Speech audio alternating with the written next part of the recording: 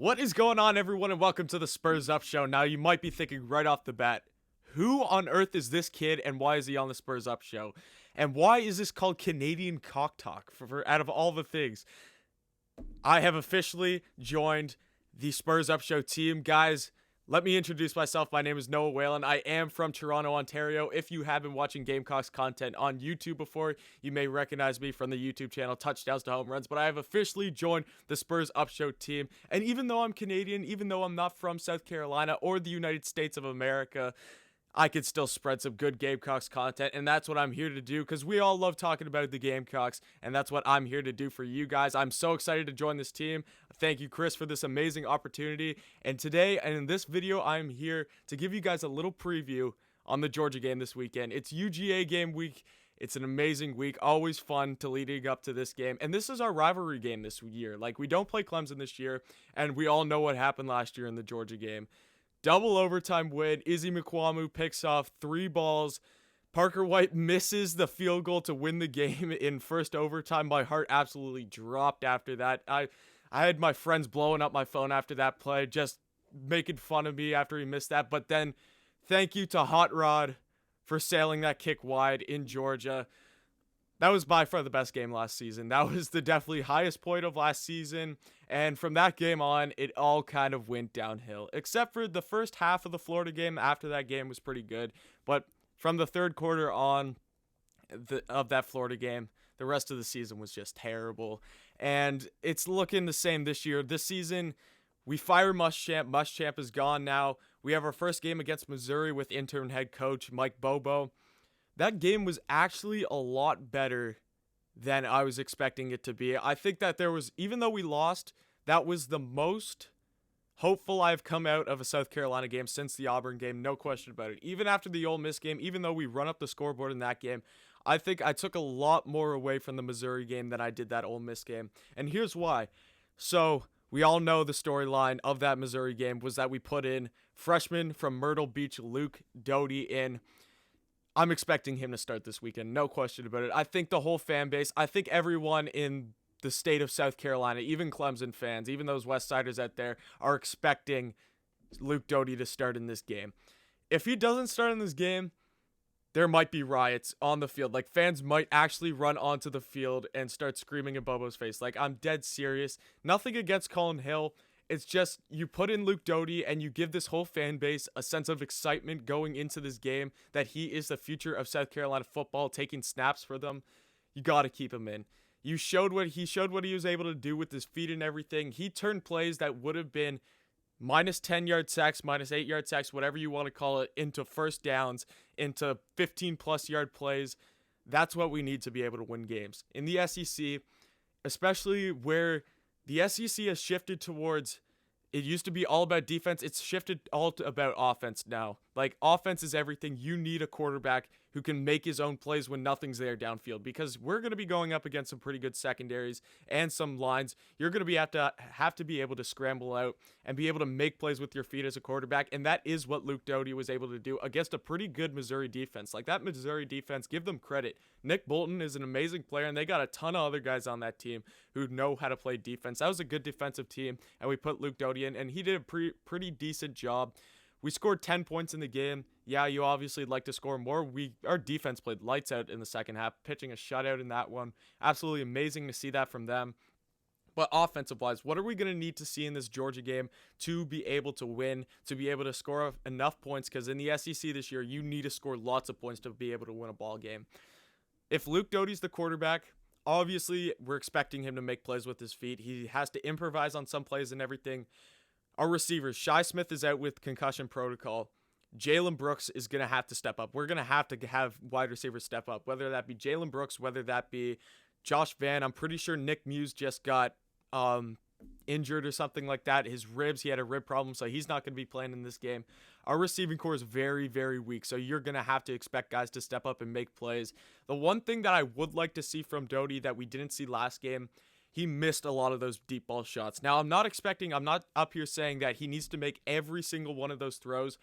We need about 2 or 3 of those plays to work out for us. He needs to hit 2 or 3 of those throws, those big chunk plays to get the ball downfield fast, because this is a game where you're going to have to score a lot of points. We cannot win this game if we're not going to hit any of those deep balls. I loved Bobo last game being aggressive and everything going, even though Doty wasn't connecting on them all the time, he still went for them, and I give a huge round of applause to that because that's what we need. To be able to win the game, there's no doubt in my mind that we need to be able to hit this big chunk plays down the field. So that's one key.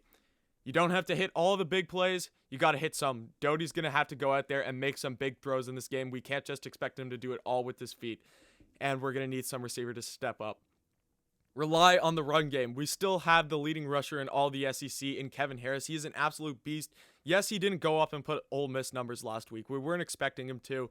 Putting up 5 touchdowns in one game, 200 plus yards, that's not going to happen every single week. We just have to be realistic. It was an amazing game for him, and he's still an amazing running back, but we can't expect him to do that every single game. But we can expect him to put up 100 plus yards a game, maybe 2 touchdowns, maybe something like that. That's all we need. I'd love to see him rush somewhere around the 150 mark. If he could go 150 plus and rush for a couple of touchdowns, I think that puts us in a very good position because I do expect Doty to rush for a couple touchdowns, maybe him throw for 1 or 2.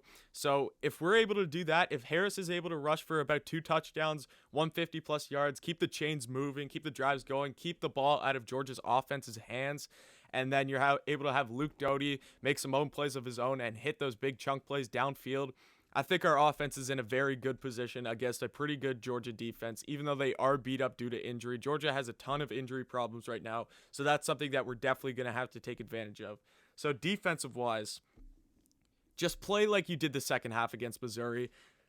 Obviously, we know that our defense isn't going to go out there and be perfect because we have lost a lot of guys. J.C. Horn, Izzy McQuamu, R.J. Roderick, they all opt out. Speaking of that whole issue, I have nothing personal against them. It's a business decision. They got to go provide for their families and everything. They got to go make the lead.